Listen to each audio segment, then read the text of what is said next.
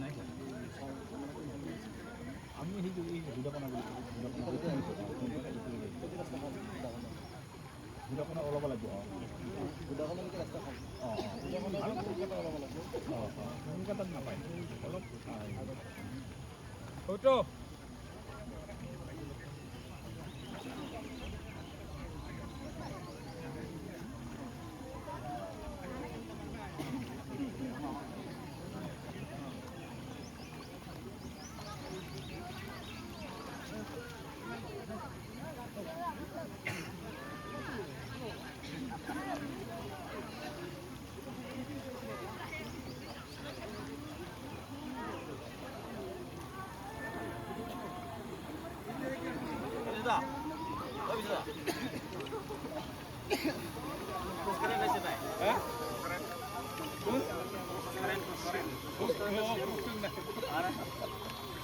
क्या बुझाइছে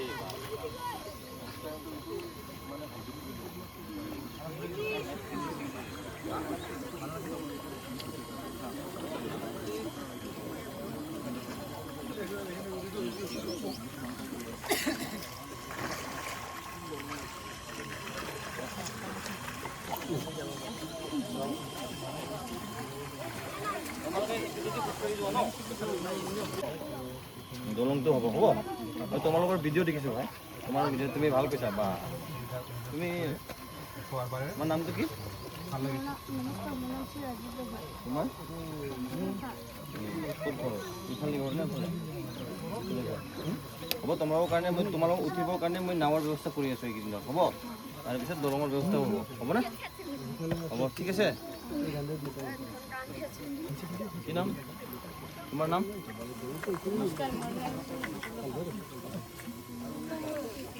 একবারই যাও তোমার নাম একবারই যাও একবারই যাও আর করে যা তোমার নাম তোমার তোমার নাম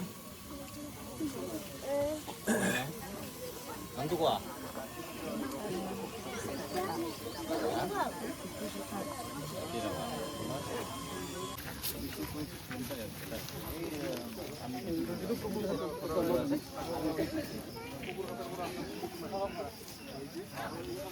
কারণ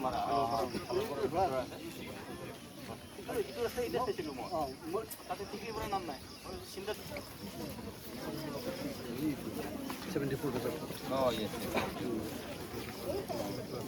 6. ব্রিজ কোনে কোন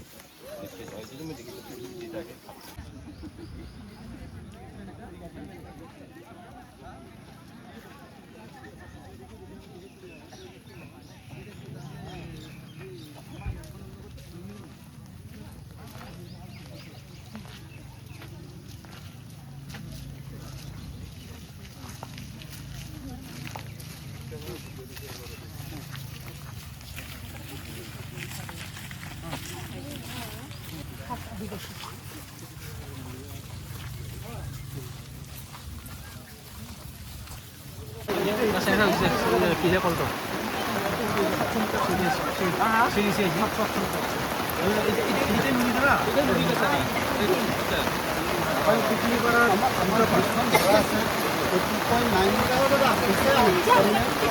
অলপমান পিছত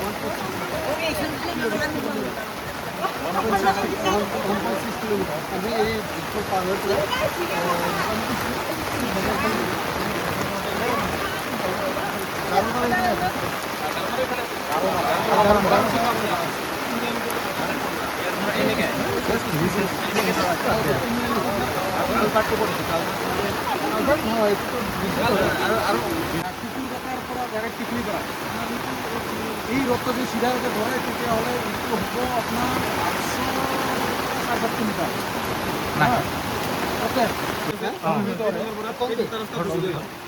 গাড়ী অহা যোৱা কৰিব পৰা RCC ব্ৰিজ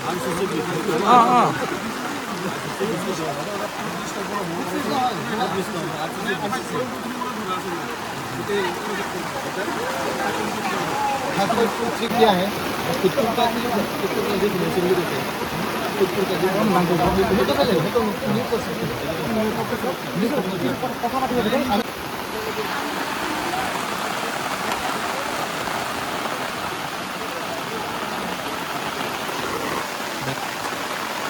আছে।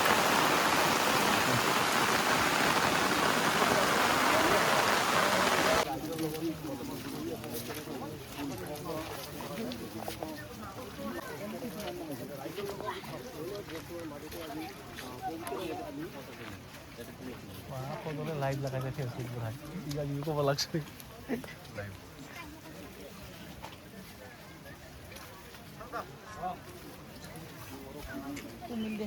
বাইদেউ ছাতিটা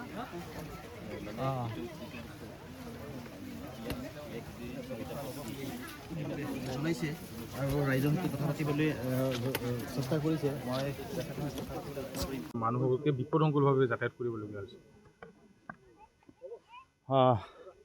চাওক, এই সমষ্টিটো আগতে গোৱালপাৰা পূবত আছিলে, বিধায়ক আছিল কংগ্ৰেছৰ।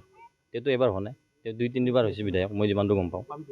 সেই বিধায়কজনৰ দায়িত্বটো আছিল এই অঞ্চলটো চোৱাৰ কাৰণে, আৰু এই অঞ্চলটো চোৱাৰ এইকাৰণে দৰকাৰ আছিল, সেইটো অসম আৰু মেঘালয় সীমান্তত আছে, আমাৰ খিলঞ্জীয়া